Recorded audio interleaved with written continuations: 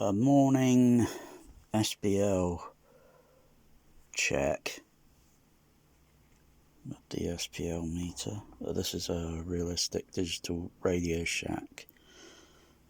It's sold in the UK, I think, but I think usually Radio Shack name brand is usually in the US. This must have been imported, I don't know, because usually they call it realistic in the UK. Realistic Tandy used to. Switch it on.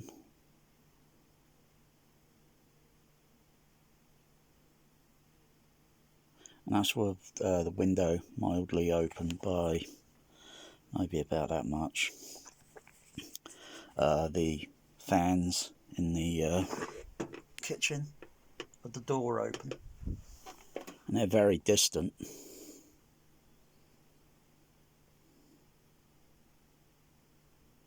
And then go to dBA range.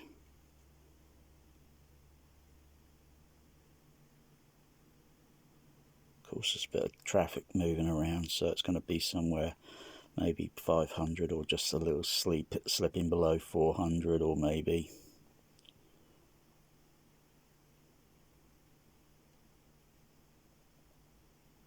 If I turn everything off, it'll be about below 30 dB, below 30 dBA. That's not too bad. If it was if it was normal traffic level, occasionally around about this time in the morning, be about 50 plus, almost 60 dBA of occasional vehicles, types of vehicles, exhaust pipes, types of vehicle type, speed, trucks, lorries, cars, buses. Oh yeah, I can go on and on and on. That's not bad. That's not a bad SPL. I'll keep it at DVC. To the kitchen.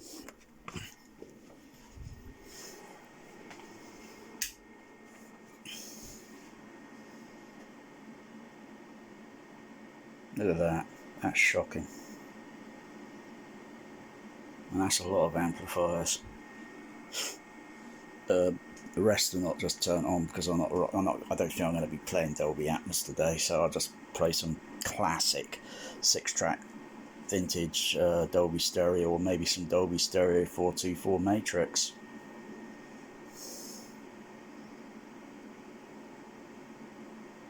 Obviously, the closer you get,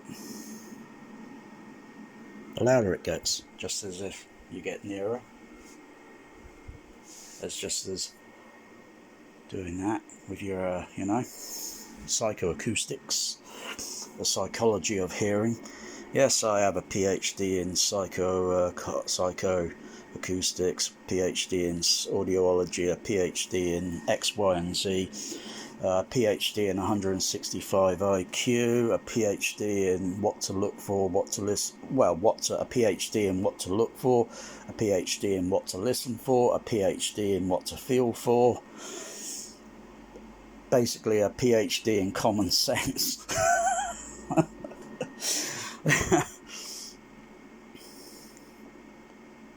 And you don't have to go out and spend money just to get a goddamn PhD.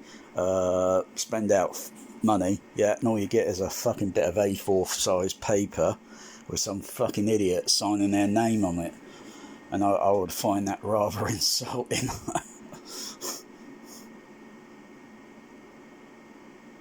But that's generally, obviously close up. That's not too bad, that SPL level reading, considering the type of the fans. And obviously I've gotten used to the damn things over time. At first, it would be like, oh god, that's too loud. And it's not what the SPL reading says, it's the frequency. You've got to measure the frequency of the thing, and it's going to have a certain characteristic frequency. Just like you play pink noise for a loudspeaker and it's got a certain characteristic, and then you think, I want to EQ that hump out, get it more smoother. You can't do that with this. That's something that is a no-given that you cannot even try to do.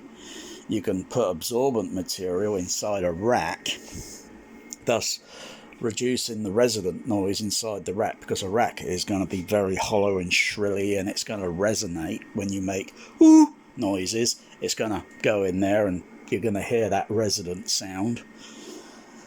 Plus the fans being in there. If you dampened the inside of the rack with absorbent material, so it's not going to be reflecting too much onto the... Get the idea? And basically that rack is there, and standing near the door, what was it, about 55 on it nearly? About 40, about 50 there, and that's about a foot away or so from the entrance. And go a little bit more in. Stand near with my back against there. Yeah, so it's only so much decrease in sound pressure level, which is actually frequency as well. And then I'll move over a little bit. Changes, and obviously I can hear the opening. Oh, I could do a trick without putting a door in there and just use because I can't really use a door because I haven't got much room here, so, or much, so might as well, if I did have a door, it's got to open out this way, similar to this door. But all I have to do is screw up some drapes. Yeah, and drapes will drop down and act as a filter, a frequency filter. Ta-da! Go in. I've got to get the light angle.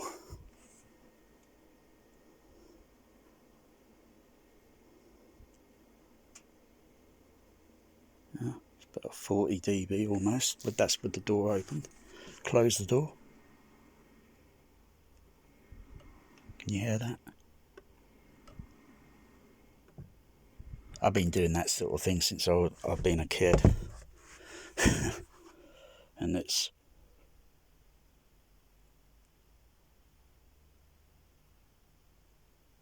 36. Obviously there's some low frequency there. Could be infrasonic. Could be some infrasonic there. That's why you got to put an RTA. That's why you got to use an SPL meter and an RTA analyzer to see what you got. See what you got going.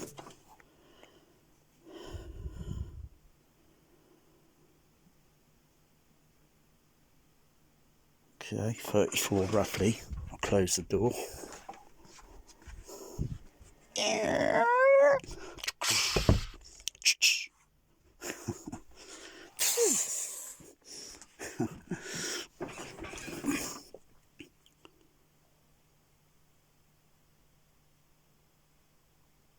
Obviously there's some noise in the room. Could be some hum on the speaker. I only need to put a transformer noise filter on. Let's see.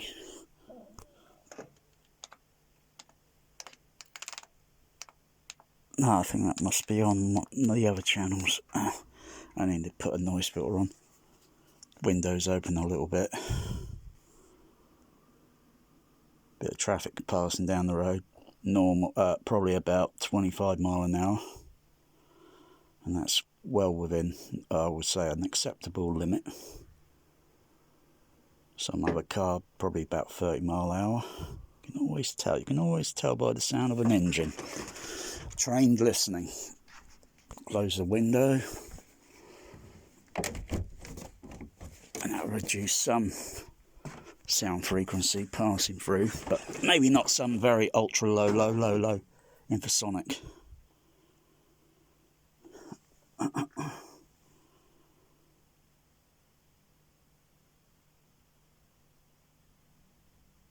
33, 34 dB still, so I would say that's pretty good.